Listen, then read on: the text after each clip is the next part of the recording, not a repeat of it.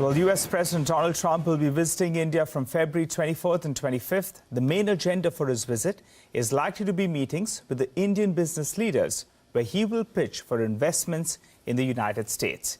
Separately, one-on-one talks with Prime Minister Narendra Modi is also on the agenda. Let's listen in to Mukesh Aghi, the president of the US-India Strategic Partnership Forum, what he had to say on Donald Trump's visit. If you look at on the agri side, there has been a lot of discussions. But you have to understand it's a complex issue, not just only for India and the US, but rest of the world itself, because all across agriculture creates jobs, and at the same time, they are subsidized heavily. And so US, India have been discussing, and I would say that India has stepped up, trying to get this trade deal and has allowed some of the agri goods to come in. Yes, there are discussions, there are give and take on both sides. And so the impact of the budget will have on the trade discussions, but I believe strongly that strategically both sides will come to some kind of understanding. You always hope there's a trade deal, and all signs are that there will be a trade deal. You have to understand that the two areas where you're going to define President Trump's visit to India a success. One is definitely a trade deal. Second is there's some kind of a rally where, just like Howdy Modi will have a Kimcho Trump itself. And I think those two will define the success of the trip. So it is important that both sides wrap up the trade discussions, what they are, and move forward itself. And it is day 2 of the Vijay Mallya extradition case hearing in the London High Court. The verdict is expected to be decisive, as the fundamental question is whether Mallya defaulted on loans or not. Sanjay Suri has the latest. Sanjay? We're into the second day of hearing in Mallya's appeal against the magistrate's order passed at Westminster, which had ordered his extradition. Mallya began his defense on Tuesday with pointing out that there was no misrepresentation in the way the loans were obtained. It was argued that the email exchanges relied on as a basis by the Westminster Court earlier were misleading, and that the selection that the magistrate referred to was not fair. It was also argued that the company had painted inaccurate and representative picture of its finances to the banks, and that there was no case of fraud made out. On the second day, Mallya's defense will run along the lines of how this money was used, because it was also upheld at the Westminster Court that the money was misused, and that was made a basis for ordering the extradition. Mallya has indicated through Claire Montgomery acting for him that there was no misrepresentation and no concealment. The arguments on Mallya's behalf will continue till lunch, and the government's response will begin about 2 o'clock local time, which is about 7:30 p.m. It's only at the end of that we'll have some idea when we will have an order in this case. Let's get straight to some news coming in from the IPO space then. The market regulator SEBI is believed to have approved the much-awaited SBI card IPO.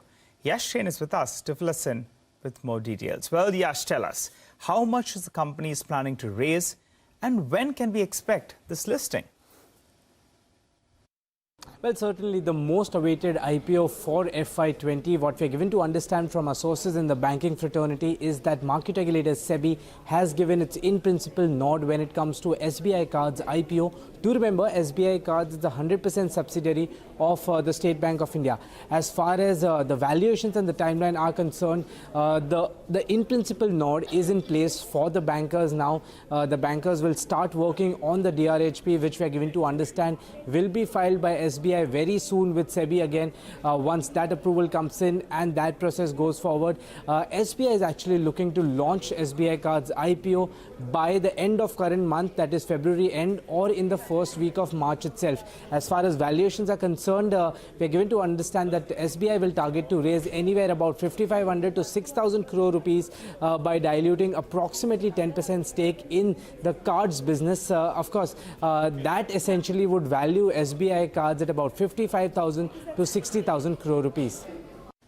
Okay, Yash, thanks a lot for all those details. But it's earnings season, and we have to talk about the results that have been coming by. Coal India will be reacting to its inline set of numbers. Nigel is here to give us the highlights. Nigel? Well, the numbers are pretty much in line, as you said. On the top line, there was a bit of a beat if you're comparing it with what, our poll threw up. But remember, when you threw up a poll, there are a couple of numbers that come into play. Some part of the brokerages, they give only the net sales. Some people give net sales plus, operating income. So that's why there could be a bit of a divergence, more or less in line, as the numbers are telling you on the screen, whether it's the top line, the operating profit, or the net profit number as well. Let's focus on a couple of internals there. Let's break up the top line. The realizations, well, that was more or less flattish. That's the blended realizations that we're talking about. On a sequential basis, there was a downtick of around 2%. And offtake, we already had those numbers with us, 141 million tons odd. The problem is that, realizations are not going up, but employee cost continues to remain elevated. And that's what's causing some pain on the margins as well. When you don't have sales volumes going up and you have higher cost as well, that's what puts some pressure. In terms of the profit number, came in at around 3,900 crores or thereabouts. That was more or less in line. Other income was higher, and the effective tax rate was lower on expected lines. But you need to break up, the sales number. So let's look at the FSA part first. Out there, the sales volume was at around 128 million tons. Well, that was more or less in line. The FSA realizations were higher on a year-on-year basis, which is good news, but that is well more or less on expected lines. Now, the e-auction, you're looking at it very, very closely. Out there, the realizations surprised positively, so that was good. Came in at around 2,600 rupees on a per ton basis. That gets a thumbs up. But the e-auction volumes came in sub 10 million tons odd. I've never seen this in the last 4 to around 5 years at least. So this was the lowest that we have seen. Both of them offset each other, higher realizations, lower volumes. So I think, the stock could open up mildly in the red because we didn't have any announcement in terms of the dividend. But after that, you'll get valuation support. However, the government is not supporting because they keep selling Coal India. So, those are the factors to track on Coal India. Okay, that was about Coal India. But Nigel, Hindalco will also be in focus. Standalone numbers will be reported today. So what are we expecting? Yeah, I think for Hindalco, let's start off first with the Novelis numbers. Novelis numbers, we already we have those that came overnight. So let's just quickly run through those numbers. They were more or less in line. The net sales was a bit of a degrowth out there. You had the EBITDA number that came in higher by around 7%, clocked in around $340 million. So that's more or less in line. Shipments were more or less flattish. And the leverage ratio, that's come down to around 2.3. I remember a time when Hindalco's consolidated numbers, or Novelis' numbers in particular, the net leverage ratio was nearly at around 4.5 times as well. The quarterly EBITDA, that came down on a sequential basis, but it held at around $430 per ton. The management says they're committed to, to completing the Salaris transaction, and they're working with the regulators as well. So Novelis goes down as more or less an inline set of numbers. Let's shift focus to Hindalco, and today you're going to be looking at the domestic business. So what do we expect out there? Normally the numbers come in the second half of trade. So we'll focus on a couple of factors here. Let's run you through first the expectations. Top line, there'll be a degrowth of around 14%. You'll have the operating profit that'll come in lower by close to around 8%. That would mean the margins will expand a tad bit, and the net profit could be all over the place, but that should come in at around 115 crores odd. The key factors, one will be that LME prices are weak. That's something that we already know. The second factor is the copper volumes on a year-on-year basis will be lower.